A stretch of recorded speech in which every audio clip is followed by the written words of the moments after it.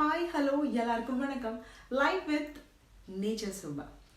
மலச்சிக்கல் பல சிக்கலை உண்டு பண்ணும். சரியாக நம்ம டாய்லெட் போல, மலம் கழிக்கல, மோஷன் போல அப்படின்னாலே வயிறு வீங்கின மாதிரி இருக்கும். பசிக்கவே பசிக்காது, ரொம்ப சோர்வாக காணப்படுவோம். இன்னும் பெருசாக சொல்லணும் அப்படின்னா யார்கிட்டயும் சந்தோஷமாக பேச மாட்டோம். ஏன்னா வயிறு ரொம்ப வீங்கின மாதிரி இருக்கே அப்படின்ட்டு நம்ம ஒரு கேள்வி நமக்குள்ளேயே தோணும். ஒருவேளை நம்ம தொப்பை போட்டுட்டோமான்ட்டு.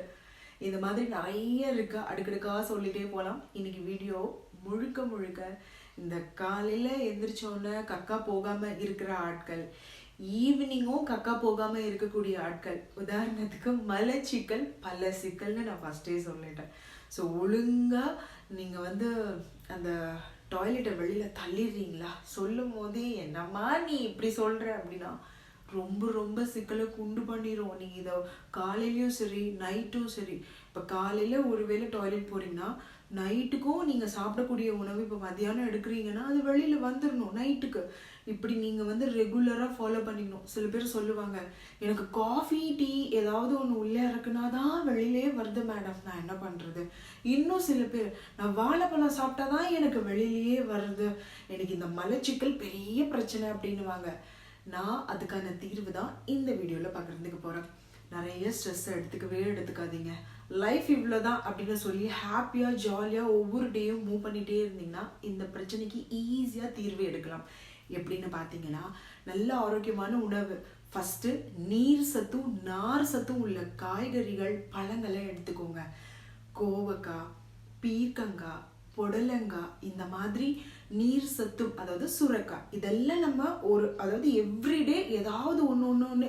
இப்போ இன்னைக்கு பீர்க்கங்காய் சாப்பிட்டீங்கன்னா நாளைக்கு கோவக்காய், நாளை மறுநாள் புடலங்காய், நாளன்னைக்கு பூசணிக்காய், இந்த மாதிரி சொரக்காய், இந்த மாதிரி நீர் சத்தும் நார் சத்தும், அதுதான் காமனாக சொல்லிட்டேன்.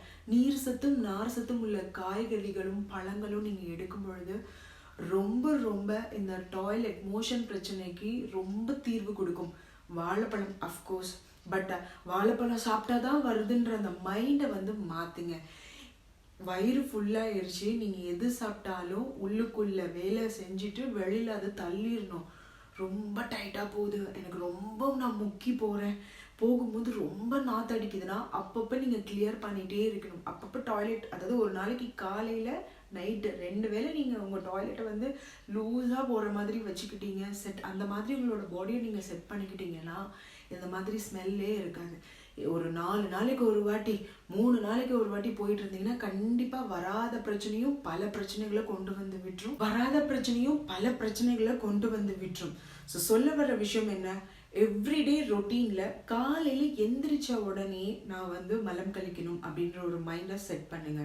நல்ல ஆரோக்கியமான உணவு எடுங்க, நல்ல ஆரோக்கியமான ஒரு எக்ஸசைஸ் கொடுங்க, அண்ட் எவ்ரிடே ஹாப்பியாக இருக்கிற மாதிரி மெயின்டைன் பண்ணுங்க. நீங்கள் சோகமாக இருக்கிறதுனால அந்த பிரச்சனை தீர போதா? கண்டிப்பாக நமக்கு தான் பிரச்சனையை கொடுக்கும், அந்த பிரச்சனை தீராது.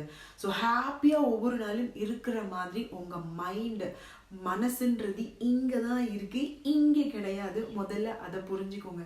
ஸோ மைண்டை கிளியராக வச்சுக்கோங்க, ஹாப்பியாக இருங்க. சொல்கிறதெல்லாம் ஈஸி, ஃபாலோ பண்ணுறது கஷ்டம் கிடையாது. நம்ம சொல்லக்கூடிய ஒவ்வொரு விஷயத்தையும் நமக்கு நாமளே ஃபாலோ பண்ணிகிட்டே இருந்தோம்னா அது ஈஸியாகிடும்.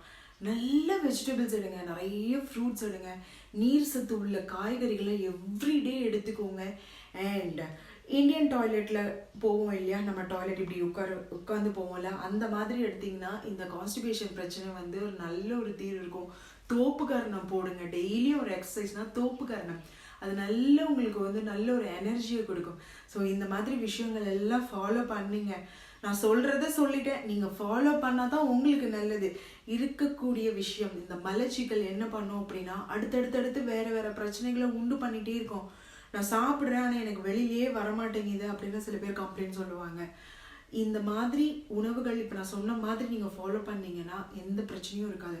அப்பப்போ உங்களால் முடியலனாலும் காலையில் ராத்திரி இது ரெகுலராக ஃபாலோ பண்ணிக்கோங்க. நல்ல ஒரு ஆர்கானிக்காக சாப்பிட பழகிக்கோங்க.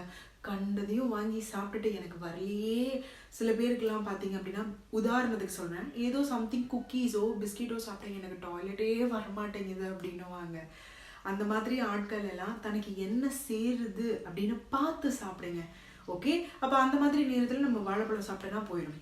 கொய்யா பழம், அதே மாதிரி இந்த முலாம் பழம் இருக்கு இல்லையா, இதெல்லாம் சாப்பிட்டோம் அப்படின்னா நல்ல டாய்லெட்டுக்கு வந்து லூஸாக போகிறதுக்கான பழங்கள் இயற்கை நமக்கு கொடுத்துருக்கு. அதை வாங்கி சாப்பிட வேண்டியது மட்டும்தான் நம்ம வேலை. ஸோ இந்த மாதிரி டயட்டும் ஃபாலோ பண்ணுங்கள். எவ்ரிடே நல்ல ஒரு வாக்கு, தோப்பு கரணம், இந்த மாதிரி எக்ஸசைஸை ட்ரை பண்ணுங்கள். அண்ட் ஆரோக்கியமாக இருங்க. கவலைப்படுறதுனால எதுவுமே மாற போகிறது கிடையாது. ஸோ நம்ம தான் ஹாப்பியாக வச்சுக்கணும். ஹாப்பியாக இருந்தால் எல்லாமே தீர்வு கிடைச்சிடும். ஸோ இந்த மலச்சிக்கலுக்கு மேஜரான காரணம் என்னன்னா, நம்ம மைண்டு குழப்பிக்கிட்டே இருக்கிறது தான் பிரச்சனை. அது கிளியராக இருந்ததுன்னா எந்த ஒரு ப்ராப்ளமே இல்லை. இந்த மாதிரி அட்டகாசமாக இன்னும் நிறைய விஷயங்களை நான் உங்களோட பகிர்ந்துக்கிறேன். கண்டிப்பாக மறக்காமல் சுபாக்கு சப்போர்ட் பண்ணுங்கள். நன்றி.